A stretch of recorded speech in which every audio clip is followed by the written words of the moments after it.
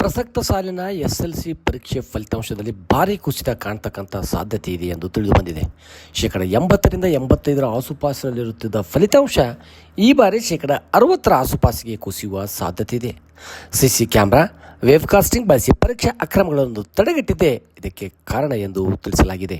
ವಿದ್ಯಾರ್ಥಿಗಳ ಉತ್ತೀರ್ಣ ಪ್ರಮಾಣ ವರ್ಷದಿಂದ ವರ್ಷಕ್ಕೆ ಹೆಚ್ಚಾಗ್ತಾ ಹೋಗ್ತಾ ಇತ್ತು. ಆದರೆ ಪ್ರಸ್ತುತ ಸಾಲಿನಲ್ಲಿ ಈ ಫಲಿತಾಂಶ ಕಡಿಮೆ ಆಗ್ತಕ್ಕಂಥ ಸಂಭವ ಇದೆ.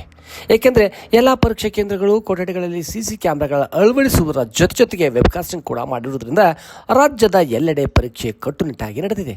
ಕೈ ಚಳಕ ಮತ್ತು ಕಣ್ಚಳಕಕ್ಕೆ ಅವಕಾಶ ಸಿಗದ ಕಾರಣ ಫಲಿತಾಂಶ ಕುಸಿತವಾಗಲಿದೆ ಎಂದು ಹೇಳಲಾಗಿದೆ. ಮೌಲ್ಯಮಾಪನ ಕಾರ್ಯ ಮುಕ್ತಾಯವಾಗಿದ್ದು ಮುಂದಿನ ವಾರ ಪರೀಕ್ಷೆಯ ಫಲಿತಾಂಶವನ್ನು ನಿರೀಕ್ಷಿಸಲಾಗಿದೆ. ಉತ್ತೀರ್ಣ ಪ್ರಮಾಣ 60% ಆಸುಪಾಸಿನಲ್ಲಿ ಇದ್ದರೂ ಆಶ್ಚರ್ಯವಿಲ್ಲ ಎಂದು ಮೂಲಗಳು ತಿಳಿಸಿವೆ. ಹಿಂದಿನ 2 ವರ್ಷಗಳಲ್ಲಿ ಉತ್ತೀರ್ಣ ಪ್ರಮಾಣ ಕ್ರಮವಾಗಿ 85 ಮತ್ತು 83% ದಾಖಲಾಗಿತ್ತು.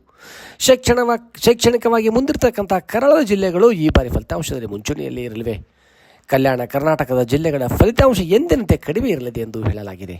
ಮಾರ್ಚ್ ಕೊನೆಯ ವಾರದಲ್ಲಿ ನಡೆದಿರತಕ್ಕಂಥ ಪರೀಕ್ಷೆಗೆ ಸುಮಾರು 8.9 ಲಕ್ಷ ವಿದ್ಯಾರ್ಥಿಗಳು ಹೆಸರನ್ನು ನೋಂದಾಯಿಸಿಕೊಂಡಿದ್ದರು.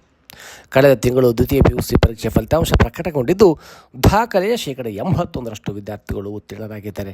ಹಾಗಾಗಿ ಪ್ರಸ್ತುತ ಸಾಲಿನ 2023-24ನೇ ಸಾಲಿನ SLC ವಾರ್ಷಿಕ ಪರೀಕ್ಷೆಯಲ್ಲಿ ಗಣನೀಯವಾಗಿರ್ತಕ್ಕಂಥ ಕುಸಿತ ಈ ವರ್ಷ ನಾವು ನೋಡಬಹುದಾಗಿದೆ. ಆದರೂ ಕೂಡ ವಿದ್ಯಾರ್ಥಿಗಳು ಯಾರೂ ಆತಂಕ ಪಡದೆ ಮುಂಬರ್ತಕ್ಕಂಥ 2 ಪರೀಕ್ಷೆಗಳಲ್ಲಿ ತಾವು ತಮ್ಮ ಫಲಿತಾಂಶವನ್ನು ಸುಧಾರಿಸಿಕೊಳ್ಳಬಹುದಾಗಿದೆ. ಧನ್ಯವಾದಗಳು.